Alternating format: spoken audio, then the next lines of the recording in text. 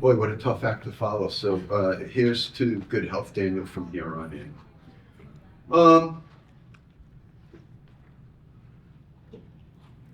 tired. You? Wow. You know, I've only walked 3,700 steps today. No wonder. I slept 5 hours, 20 minutes. 12% was deep sleep, slow wave sleep. 8% was REM sleep. And like many of you, I'm healthy. And this is what I see in the office. Like many of you who use trackers, wearables, these are technologies that are used mostly by healthy people. My patients, as Steinfeld would say, not so much. And yet, there's another type of paradox when it comes to wearables, and that is we wear them during the day. And it turns out that that's an unfortunate circumstance, because much of what happens after we go to sleep determines our overall health and how we feel when we are awake. So much so that nearly every single chronic disease has been found associated with altered sleep architecture. Not only when you look at sleep and chronic disease at the same time, but when you go back in time and assess sleep before, it turns out that that is abnormal. Altered sleep architecture precedes weight gain and obesity. It precedes dementia by about 6 to 7 years. And what do I mean by sleep architecture? It's the cycles, the stages of sleep that we go through throughout the night. Typically, we have 3 non-REM stages and 1 REM stage, 4 total. Used to be 5, they condensed it and made it more simple. And each cycle is 75 to 90 minutes. On a typical night, we have 4 to 6 cycles, and they progress accordingly. Look what happens as we go from awake to progressive sleep stages. Stage 1, light sleep.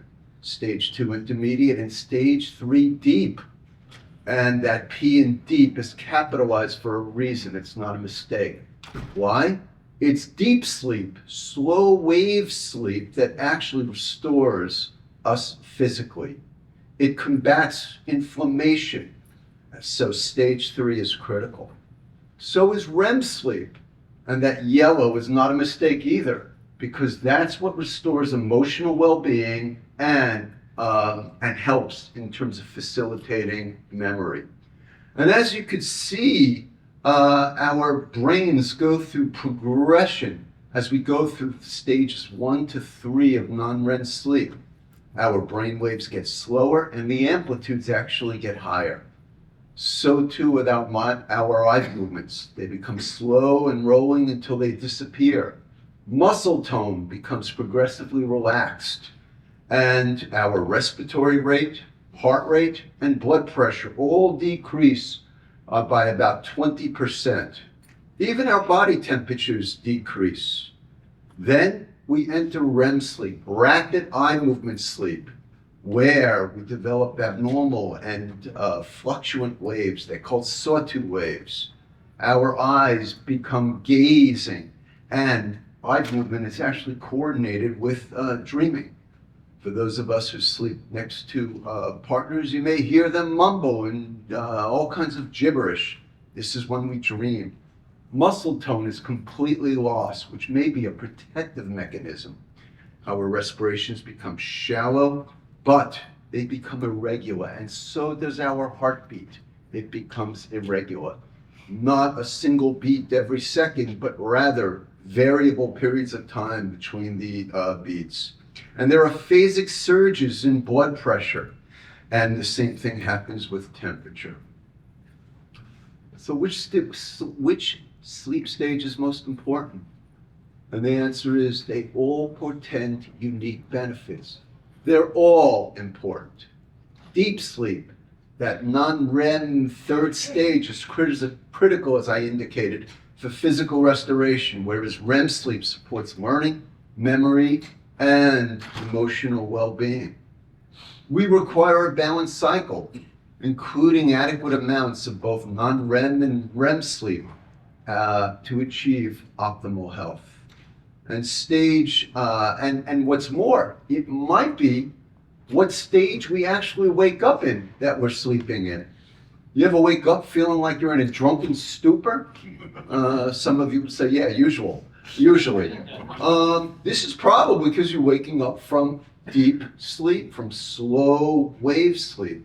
And it makes you feel groggy and disoriented, at least for the an hour that passes. And it turns out that as we go throughout 4 to 6 cycles, the relative proportion of time in REM sleep increases, which is why we tend to remember some of our dreams later on in the morning. Well, how do we detect these 4 stages of sleep? Through a technique called polysomnography. And what is that? It's really basically the 3 electrograms. An EEG, an electroencephalogram, an EOG, an electrooculogram, and an EMG, an electromyogram, with obviously eye motion and muscle tone being detected. It turns out that when you have 2 raters looking at all these physiologic signals, their level of concordance is about 83%. So it's good, but it ain't great. So what's a country doc cardiologist like me doing talking about sleep? How do I view sleep through the cardiovascular lens? Well, biosensors can detect a lot of these physiologic signals. Our group has looked at heart rate variability, looking at the timing of various heartbeats, even through an electronic stethoscope, whereas I examine a patient and I could tell you their degree of what I call lub-dub variability. And, these recorders are not exclusive to the head of a stethoscope worn by a physician placing it against the chest of a physician. They could be introduced in a number of ways, particularly during sleep. These are data from my group in which we looked at EKG signals. What you see are the QRS complexes, the electrical signals that stimulate the heart to contract. And in this particular, the second particular screen, what do we see? A lot of noise between the beats. Well, that's electrical noise from chest muscle activity. Why?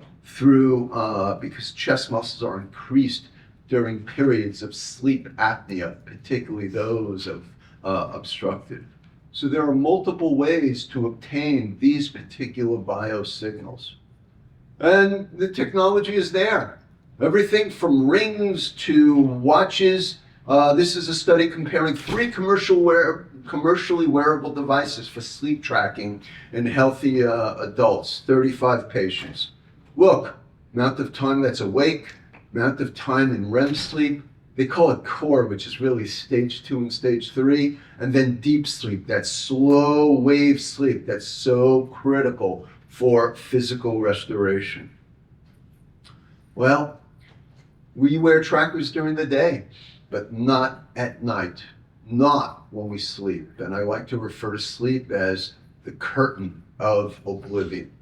We're only beginning to start to understand the impact of sleep and the various stages, the proportion of time in each stage, what we now call sleep architecture.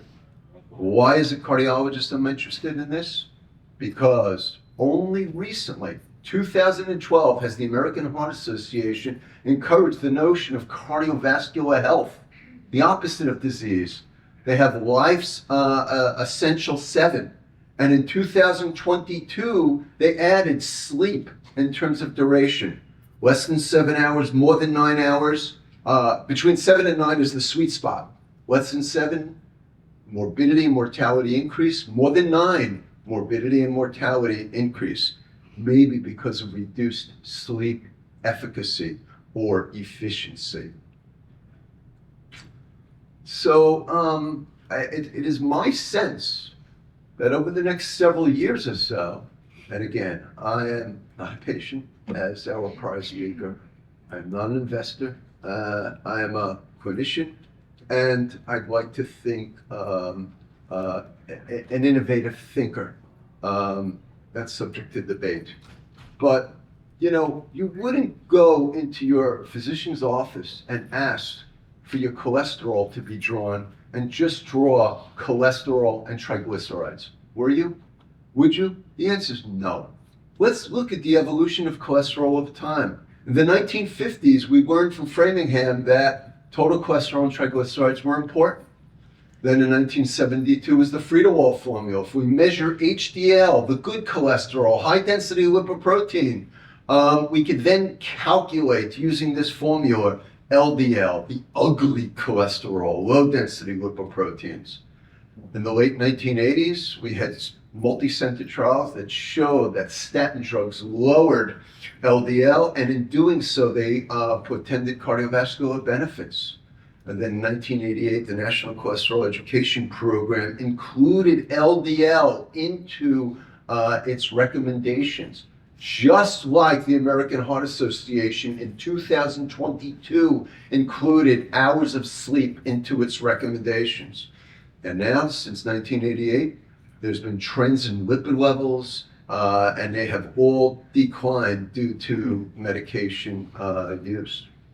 In addition to sleep, which hours of sleep, which I'll call total cholesterol, we have what? Fragmented sleep. Because every time you wake up, you disrupt that sleep cycle. You lose credit wherever you are. So if you're in the beginning of your 75-minute cycle of the 4 stages, fine, you don't lose much. But if you're toward the end, as the Monopoly game goes, you go back to go, and you go back to the start, do not pass go.